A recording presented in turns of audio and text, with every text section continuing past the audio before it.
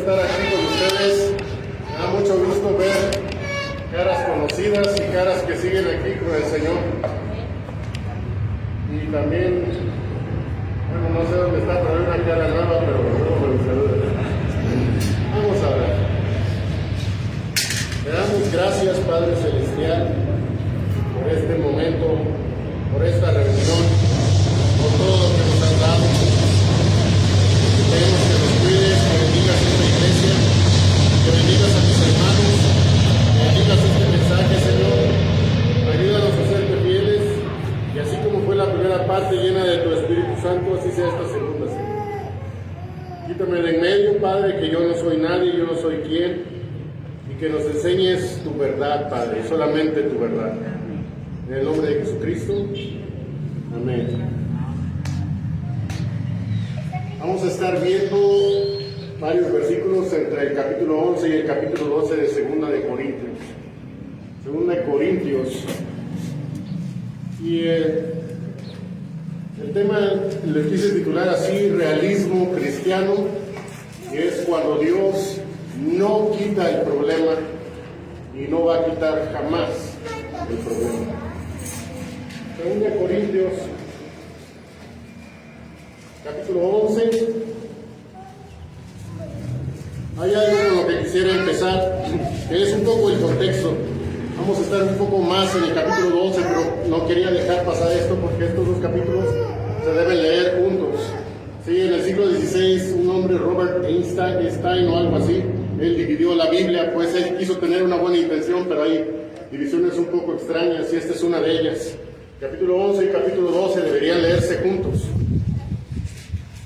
Y lo que dice el versículo 30 es algo que es bastante interesante. En el capítulo 11, versículo 30, dice: si es menester gloriarse, me gloriaré yo de lo que es de mi flaqueza.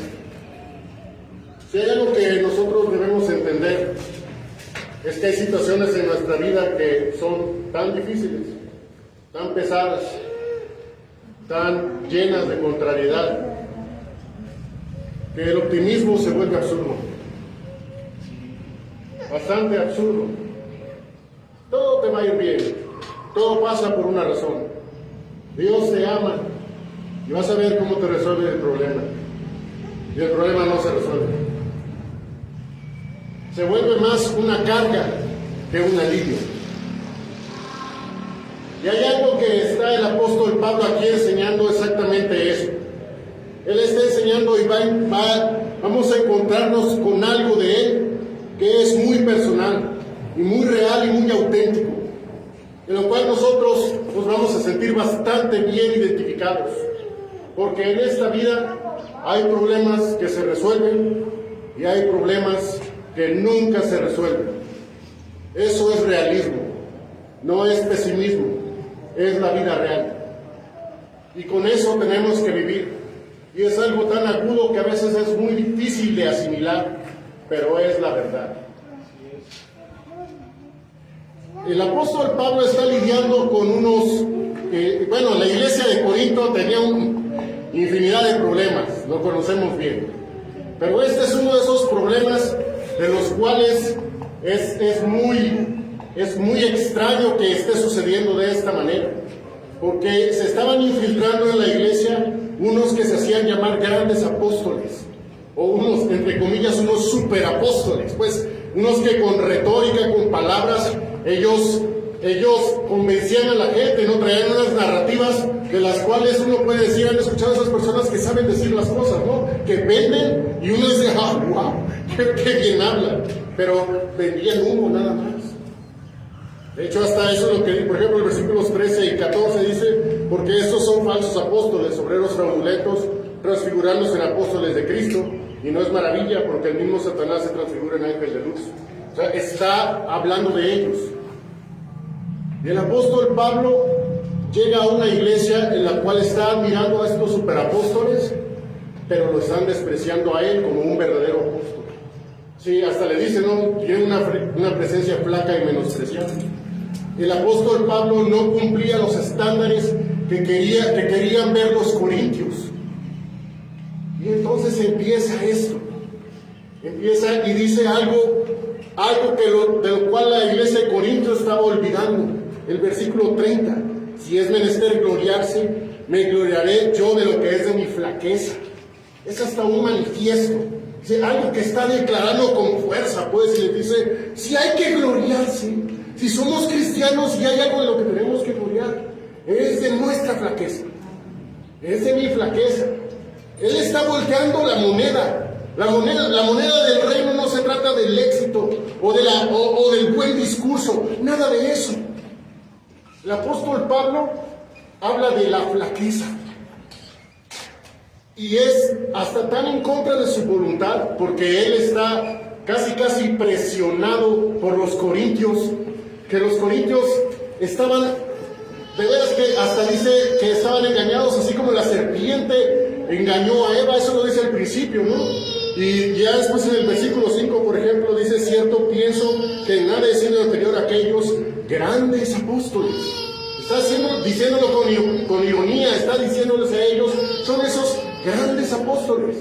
Y después de todo ese discurso, para llegar a esto hay que gloriarse de mi flaqueza, tuvo que presentar sus credenciales, tuvo que presentar su currículum, por decirlo de algún modo, unas medallas que se las ganó, no como se las gana un general, que ustedes ven a los generales, ¿no?, que están llenos de medallas para dar a entender qué es lo que ellos han hecho durante toda su vida. Él tenía esas medallas grabadas en su propio cuerpo y se compara con esos superapóstoles. Y miren cómo dice desde el versículo 22. Desde el versículo 22 empieza a hablar anécdota tras anécdota de quién es él como cristiano, de lo que él ha vivido y lo que él ha logrado para llamarse apóstol cristiano. Miren desde el versículo 22, son hebreos, hablando de esos apóstoles, ¿no? Son hebreos, yo también. Dice aquí, son hebreos, yo también. Son israelitas, yo también. Son simiente de Abraham, también yo. Son ministros de Cristo, como poco sabio hablo. ¿Sí ven por qué se está comparando? Son ellos ministros de Cristo, pero lo estoy diciendo así como alguien que es poco sabio, pues, pero para que entiendan ustedes, corintios, lo que están, a quienes están admirando. Dice, son ministros de Cristo, como poco sabio hablo. Yo más, en trabajos más abundante, en azotes sin medida, en cárceles más, en muertes muchas veces. De los judíos 5 veces he recibido 40 azotes menos 1. 3 veces he sido azotado con varas, 1 vez apedreado, 3 veces he padecido naufragio, 1 noche y 1 día he estado en lo profundo de la mar, en caminos muchas veces, peligros de ríos, peligros de ladrones, peligros de los de mi nación, peligros de los gentiles, peligros en la ciudad, peligros en el desierto, peligros en el mar, peligros entre falsos hermanos, en trabajo y fatiga, en muchas vigilias, en hambre y sed, en muchos ayunos, en frío y en desnudez, sin otras cosas además, lo que sobre mí se golpa a cada día la solicitud de todas las iglesias. ¿Quién enferma y yo no enfermo? ¿Quién se escandaliza y yo no me quemo? Si es menester gloriarse, me gloriaré yo de lo que es de mi flaqueza. Un montón de anécdotas, ¿no? En unas cuantas palabras muestra su currículum. Y vaya, en azotes sin medida, 3 veces he sido azotado con varas, tantas cosas. Parece como lo contrario de un superhéroe de película, siempre está una y otra vez en el suelo. Y dice, me gloriaré en mi flaqueza. ¿Saben que los problemas están allí? ¿Y saben por qué sirven? No porque estamos con Dios a pesar de los problemas, sino que estamos con Dios a través de los problemas. No es lo mismo. A través de los problemas, y una y otra vez nos está enseñando algo. que la relación con Dios se vuelve más íntima y más poderosa a través de sus problemas. Porque si no existieran, no buscaríamos a Dios como le deberíamos buscar.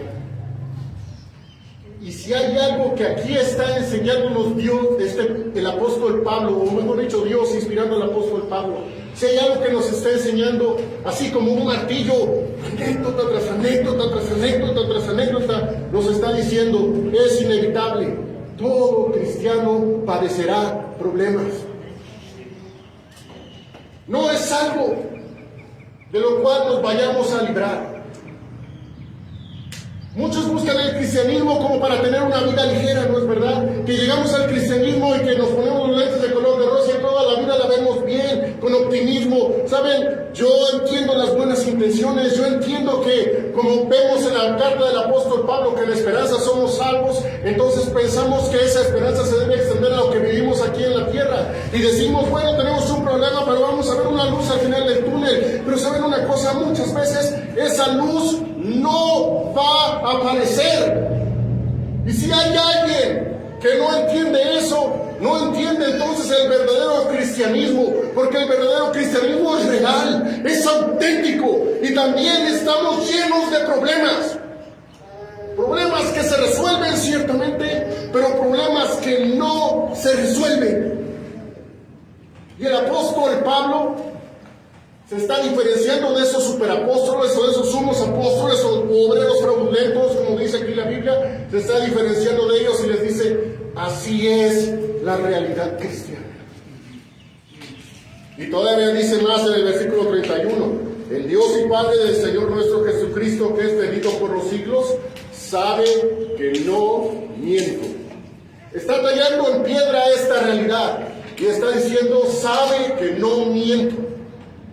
Y para diferenciarse más de esos, entre comillas, superapóstoles, él narra una anécdota de la cual parece que él le impactó mucho.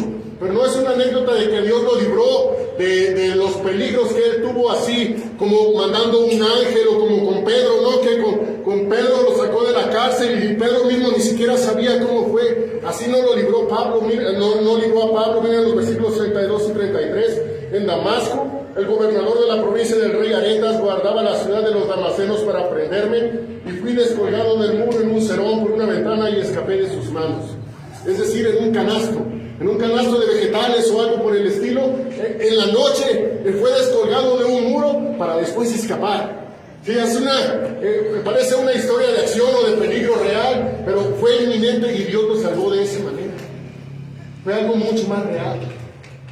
Y a veces Dios es así, nos rescata, pero nos rescata nosotros cargando muchas heridas, ¿no es verdad? De maneras no como de película, sino maneras que nosotros entendemos y decimos gracias, Señor. Y parece que hasta aquí Dios está rescatando y Dios está proveyendo con su mano, de maneras reales, de maneras que nosotros entendemos, como lo hizo aquí con Pablo. Pero después viene algo que es lo más sublime que vivió el apóstol durante toda su vida. Lo mejor que vivió el apóstol. Es una experiencia incomparable. Moisés vio a Dios de espaldas, ¿no? Isaías vio la visión, aquella cuando fue el carbón ardiente, ¿sí? Y Ezequiel también vio el carro con ruedas. Todo eso dice semejanza de la gloria de Dios. Tal vez solo Daniel, en la experiencia que vivió Juan en el Apocalipsis, son comparables aquí con esto que vivió Pablo. Pero él, vean cómo lo cuenta. Dice capítulo 12, desde el versículo 1 al 4. Miren cómo lo cuenta el apóstol. Cierto, no me es conveniente gloriarme, mas vendré a las visiones y a las revelaciones del Señor. Conozco a un hombre en Cristo que hace 14 años, si en el cuerpo no lo sé, si fuera del cuerpo no lo sé, Dios lo sabe. Fue arrebatado hasta el tercer cielo. Y conozco tal hombre, si en el cuerpo o fuera del cuerpo no lo sé, Dios lo sabe, que fue arrebatado al paraíso, donde oyó palabras secretas que el hombre no puede decir. Es una experiencia sublime. Esta Esta experiencia, por supuesto, no la vivió ninguno de esos grandes apóstoles que estaban infiltrados en la iglesia de Corinto. Ninguno de ellos vivió. Pero vean cómo el apóstol, o sea, esos admirados superapóstoles hubieran dicho: yo estuve en el cielo, yo escuché palabras que nadie puede decir, palabras prohibidas, palabras que no están permitido que el lenguaje humano pueda expresar, porque esa es la idea aquí. El apóstol Pablo no fue así. Él hasta habla en tercera persona. ¿Sí lo vieron? Dice: conozco a un hombre, pero es el apóstol. Dice: él no se atreve a poseer esa experiencia como suya. Y dice 14 años, esa cifra es importante y lo vamos a ver después. En 14 años, sin el cuerpo no lo sé. Si fuera en el cuerpo, si fuera del cuerpo, no lo sé. Dios lo sabe. Sí, Dios lo sabe. Y él vio la experiencia más sublime: estar en la misma presencia de Dios, estar en el cielo. Escuchó palabras que ni siquiera él puede decir. Estuvo en el paraíso. Eso vuela a la cabeza a cualquiera. Es lo mejor que alguien pudiera haber vivido hasta ese momento, o tal vez de lo más sublime. Como les decía, yo no sé si hay algo equiparable a esto, pero él está obligado. Y él es una unión que tiene con Dios, pero es una unión tan misteriosa, porque él no se atreve, no quiere decir: soy yo el que vivió eso. ¿Sí lo ven? No lo quiere decir. Él dice: yo conozco a un hombre. ¿Saben por qué? Porque él se está acordando, cuando él está escribiendo, él se está acordando que también tras esa revelación vivió algo que lo mantiene auténtico, que lo mantiene humilde, que lo mantiene humillado. Y después de 14 años, a la vez de acordarse de esa experiencia, porque ¿quién va a olvidar? Gracias a Dios, desde que lo conocimos, no lo olvidamos jamás. No olvidamos jamás qué hizo nuestro Dios en nuestra vida. Nosotros tal vez veamos de lejos el cielo, tal vez no vemos esa experiencia como la vio el apóstol, tal vez no, pero sabemos que Dios está allí. Sabemos perfectamente. Pero después de 14 años está escribiendo esta carta y él está diciendo algo. Versículo 7. Me has dado un aguijón en mi carne, que me abofeté para que sobremanera. No se atreve a decir esta visión: yo la vi, la tomo como mía, porque tras esa visión vino este aguijón. Ahora que viste el cielo, Pablo, te tendrás que mantener auténtico aquí en la tierra.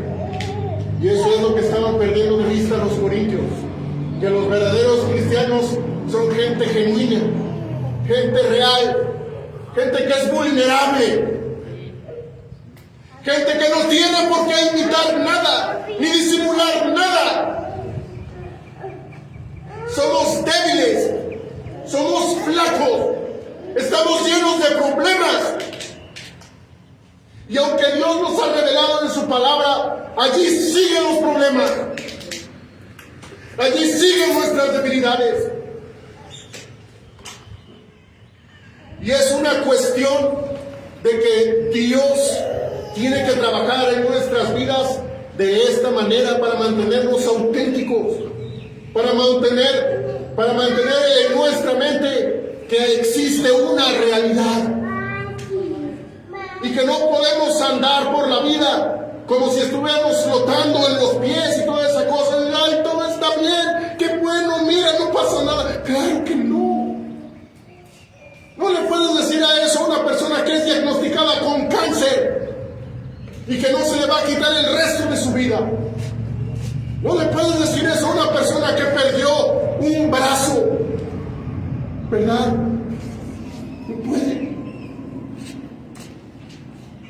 Le podemos decir, por ejemplo, a nuestra hermana Yoli: ¿todo va a estar bien? ¡No podemos! Pues sí, no podemos. Es la realidad.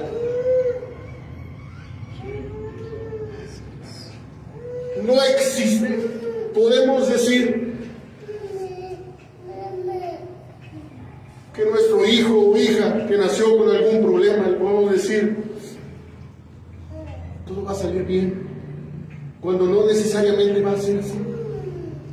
Cuando tenemos un matrimonio difícil, o una guerra familiar, o qué sé yo, podemos decir todo está bien. Eso sería una carga totalmente absurda y una carga totalmente injusta. Porque sabemos perfectamente que no todo tiene solución. Y no es pesimismo, hermanos. No es ser cínico y decir, ya no voy a hacer nada, de todas maneras todo está mal. Es la realidad de Dios que nos quiere hacer ver las cosas como son. Y miren cómo dice aquí, versículo 7, porque la grandeza de las revelaciones no me levante descomedidamente, me es dado un aguijón en mi carne, un mensajero de Satanás que me abofetee. Es un mensajero de Satanás, lo dice el apóstol. ¿Quién lo mandó? O mejor dicho, ¿quién lo permitió? ¿Quién lo dispuso? Me es dado. ¿No fue Dios? Fue Él. ¿Verdad que es difícil de asimilar? Muy difícil. Fue Dios. Tenía un propósito para que la grandeza de las revelaciones no me enaltezca sobremanera. ¿Saben algo? Muchas veces se piensa que cuando más nos acercamos a Dios, vamos a ser más libres de tentaciones, más libres de problemas, más libres de contrariedades. Les voy a decir algo, hermanos. Entre mayor es la revelación, mayor es la bofetada. Así es. Entre mayor es la revelación, mayor es la bofetada. Entre más se acerca uno a Dios, los problemas pueden hacerse más grandes.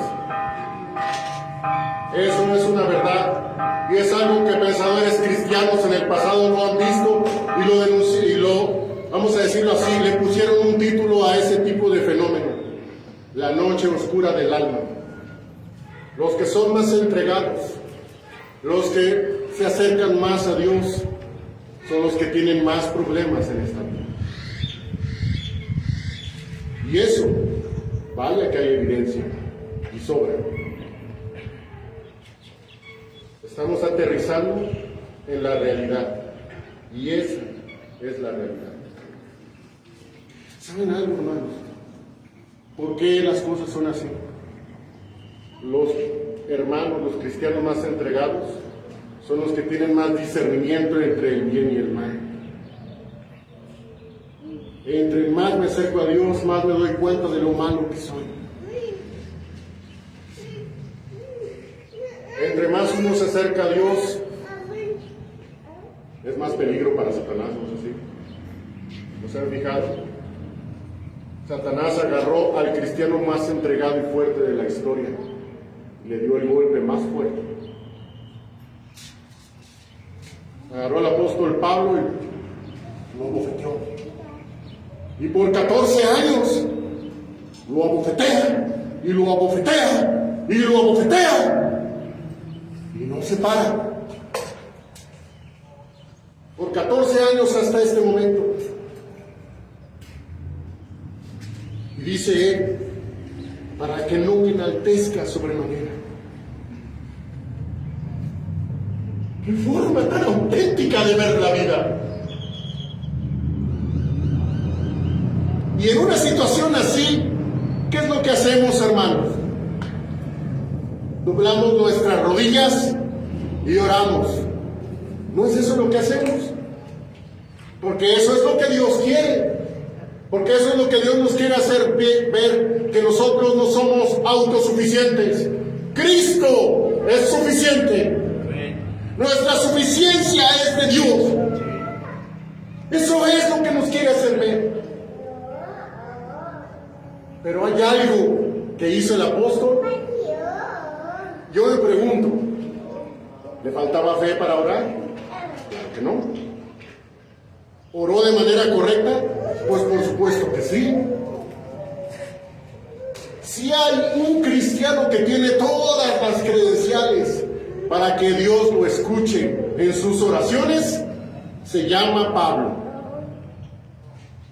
Nadie mejor que él para ese trabajo o para esa situación. Y el versículo 8, cuando está ora dice: por lo cual 3 veces he rogado al Señor que se quite de mí. 3 veces. Era una máxima prioridad para Pablo. Fíjense, 14 años. Y él oró.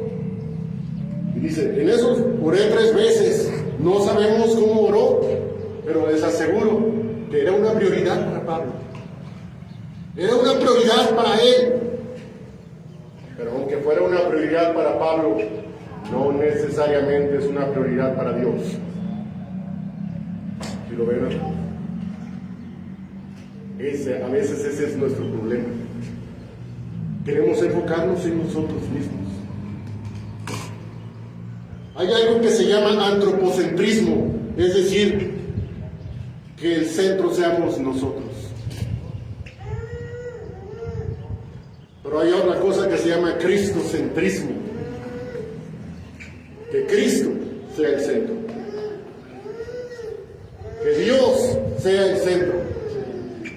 Y estas cosas las manda Dios para que entendamos quién es el que importa, quién está en el centro, quién es Dios. Y así es como yo conozco a Dios. Así es como yo le conozco. Él es tan auténtico y tan real. Él oró para que se le quitara ese aguijón, y ese aguijón se quedó. Se quedó. ¡Qué situación tan desesperante! ¡Tan desesperante! No saber cómo resolver. Buscar a Dios y decir, Señor, ayúdame, quítalo. Y Dios no lo quitó.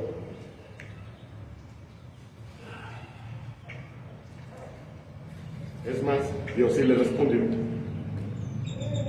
¿Y qué le dijo? Versículo 9. Me ha dicho, bástate mi gracia, porque mi potencia en la flaqueza se perfecciona. Por tanto, de buena gana me gloriaré más bien en mis flaquezas, porque habite en mí la potencia de Cristo. Amén. Amén. Amén. Bástate mi gracia. Amén. ¿Ven el patrón? Dios le da una revelación y después la carga más pesada de su vida. Así fue con Jeremías. De niño lo llamó a ser un gran profeta. Por 40 años fue rechazado. Y un ministerio que parece que nunca tuvo éxito por 40 años. Nadie se convirtió. Vean a Moisés. Él vio la gloria de Dios desde la zarza y todo eso. Y no pudo entrar en la tierra prometida. Pero él, cuando subió en ese monte Nebo, vio de lejos la tierra prometida. Y aunque no pudo entrar, ese problema murió en la presencia de Dios. Estar con Dios es mucho mejor que atravesar una tierra prometida y temporal. Pero Dios de todas maneras le dio algo, porque en el monte de la transfiguración, en los tiempos de Jesucristo, a los lados de él estaban Elías y ¿quién más? Moisés. Hay cosas que no entendemos y que no vamos a entender. Y Dios sigue siendo Dios. Bástate mi gracia. Mi potencia en la flaqueza se perfecciona. Y todavía dice, de buena gana me gloriaré más bien en mis flaquezas. Dice, no solamente dice me gloriaré, dice de buena gana. ¿Quién hace eso? Díganme. ¿Quién lo hace? ¿Quién es así? ¿Cómo se puede llegar a ese nivel de discernimiento? ¿Saben algo, hermanos? Dice, porque habite en mí la potencia de Cristo. Y como es Pablo, él todavía muestra todavía más a los corintios y les dice, ¿quieren ver más de mi catálogo de flaquezas? Ahí les va. Versículo 10, por lo cual me gozo en las flaquezas, en afrentas, en necesidades, en persecuciones, en angustias por Cristo. Porque cuando soy flaco, entonces soy poderoso. Amén.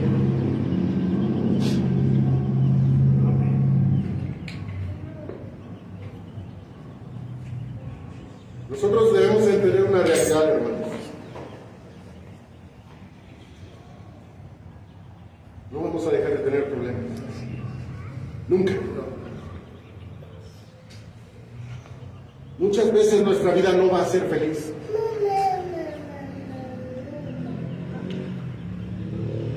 Pero sí va a ser gozosa con Cristo. Eso sí se los aseguro. Porque mientras tanto estamos aquí, Él sigue estando con nosotros.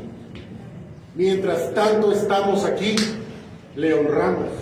Mientras tanto estamos aquí, bendecimos el nombre de Dios, porque Él es santo.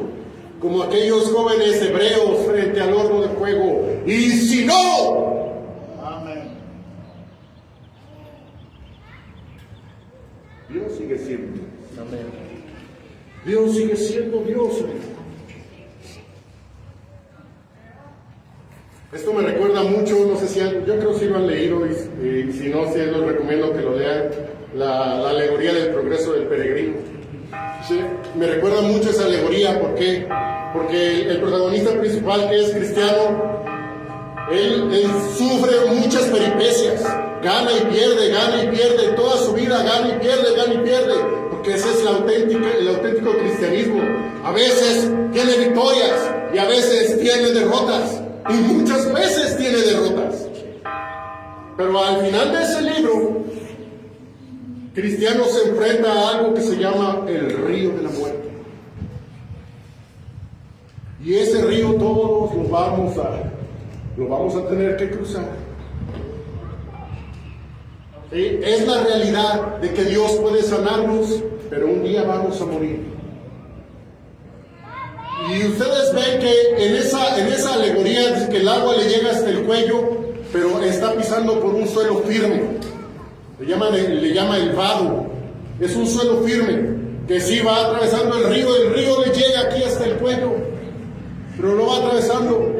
El agua es fría, duele, pero allí está Cristo con él, y lo hace cruzar hasta el final. Aunque se sienta que ya no puede, porque esa es la verdad. Vamos a enfrentarnos a la muerte cara a cara, y sí, vamos a tener miedo. Esa es la verdad, hermano. No es cierto de que ay, sí, que soy feliz. No necesariamente es así. Pero ¿saben por qué estoy gozoso? Porque va a haber alguien que va a agarrar mis manos y me va a llegar ante su presencia. Allí está Cristo. Y el apóstol Pablo, hay algo que dice él al final de este versículo que me llamó tanto la atención, que dice al final del versículo 10, porque cuando soy flaco, entonces soy poderoso. Amén. Notan que no dice, entonces Dios es poderoso. Notan que no dice eso.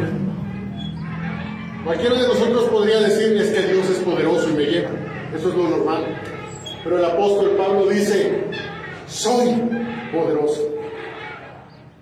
¿Qué forma tan intencional de hablar tiene el apóstol? ¿Saben por qué? Y él está diciendo, está contrastando la flaqueza, así que la flaqueza no es que se haya ido, no es que ahora soy fuerte y ya no soy flaco, no, no es cierto. La flaqueza allí está. Es como esto que luego decimos.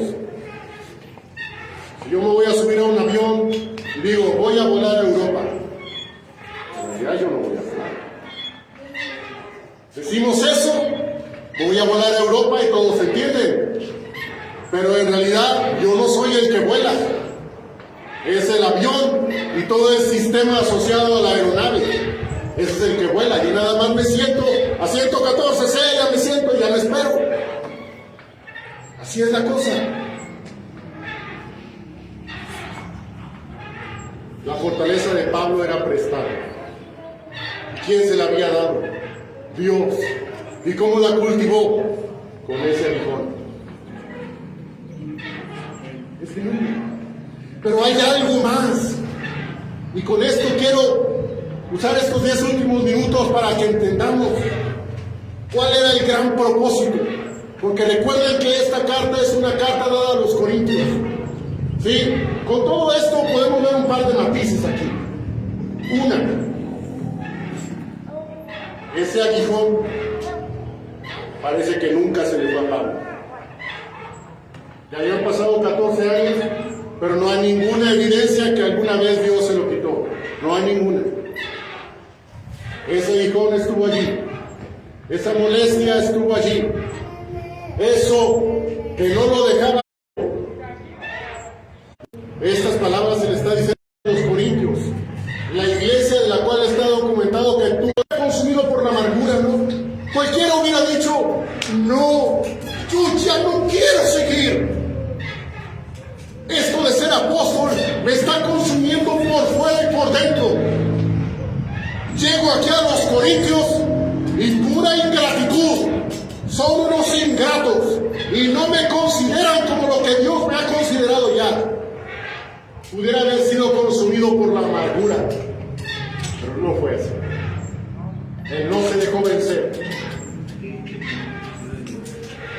Pero hay algo muy importante que para él era muy importante. Versículo 14. He aquí estoy aparejado para ir a vosotros la tercera vez, y no seré gravoso, porque no busco vuestras cosas, sino a vosotros. Porque no han de atesorar los hijos para los padres, sino los padres para los hijos. Lo despreciaban, lo insultaban, lo desdeñaban. Y dice, yo voy a ir la tercera vez. Estoy aparejado, es decir, yo estoy listo. Y no busco vuestras cosas, como esos apóstoles fraudulentos que buscaban su dinero y buscaban sacar ganancia de todo eso, porque ese es el contexto de esos superapóstoles. Ellos querían el dinero de los corintios, eso es lo que querían. Y el apóstol Pablo les dice, yo no busco sus cosas, los busco ustedes, los amo ustedes, los quiero ustedes.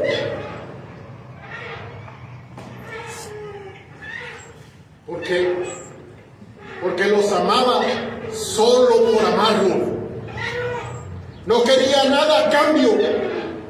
¿Por qué? Porque él ya tenía lleno de él, estaba tan lleno de algo que él les quería regalar. ¡Cristo! Es lo que les quería demostrar y les quería dar otra vez. ¡Cristo! ¿Y por qué estaba tan lleno de Cristo? Por ese aguijón. Si ven qué tan importante es la decisión de Dios, ya no tenía ninguna necesidad de recibir nada de nadie, porque lo tenía todo con Cristo, porque ese aguijón que lo humillaba lo hacía estar más y más y más cerca de su Dios. Eso es ser auténtico. Y como el apóstol Pablo no le gusta dejar cabos sueltos, él dice algo más que cada vez que lo veo, en realidad me siento pasmado, me asombra. Es oro puro lo que dice este apóstol. El versículo 15. Empero yo de muy buena gana despenderé y seré despendido por vuestras almas, aunque amándoos más, sea amado menos. Cierto. A él no le importó,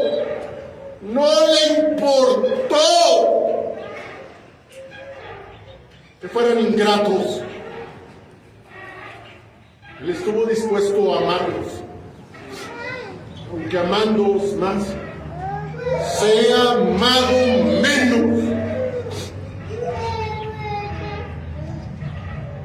A veces estamos tan llenos de nosotros, tan llenos de nuestras propias decisiones, tan llenos de nuestros pensamientos, que no vemos que hay alguien mucho más grande que nosotros, mucho más sublime que nosotros, mucho más grande, que merece la gloria, la honra y la alabanza. ¿Por qué pudo Pablo llegar hasta el final así? Por Cristo. ¿Por qué pudo soportar todo lo que soportó? Por Cristo. No estamos hablando, no vengo aquí a hablar de triunfalismos. ¿Qué es eso? O de optimismos absurdos y baratos. Eso no es la vida real. Estamos hablando de que Cristo merece la gloria, la honra y el honor. Y si para eso una vida como la nuestra nunca tendría que florecer, gloria a Dios. Amén. Y el apóstol dice: yo voy a ir con ustedes, yo voy a mostrarles algo, les voy a amar, despenderé y seré despendido, es decir, lo voy a entregar todo. Mi salud, mis fuerzas, todo se los voy a dar a ustedes, porque son como mis hijos. Ustedes ven cómo dice, cómo habla la hermosa imagen, ¿no?, de los padres a los hijos, y entendemos, ¿no? Porque yo voy con mis hijos y les proveo todo lo que necesitan, y no les voy a cobrar jamás lo que he invertido por ellos, jamás lo voy a cobrar. Lo hago porque los amo, porque quiero que progresen. ¿Qué imagen?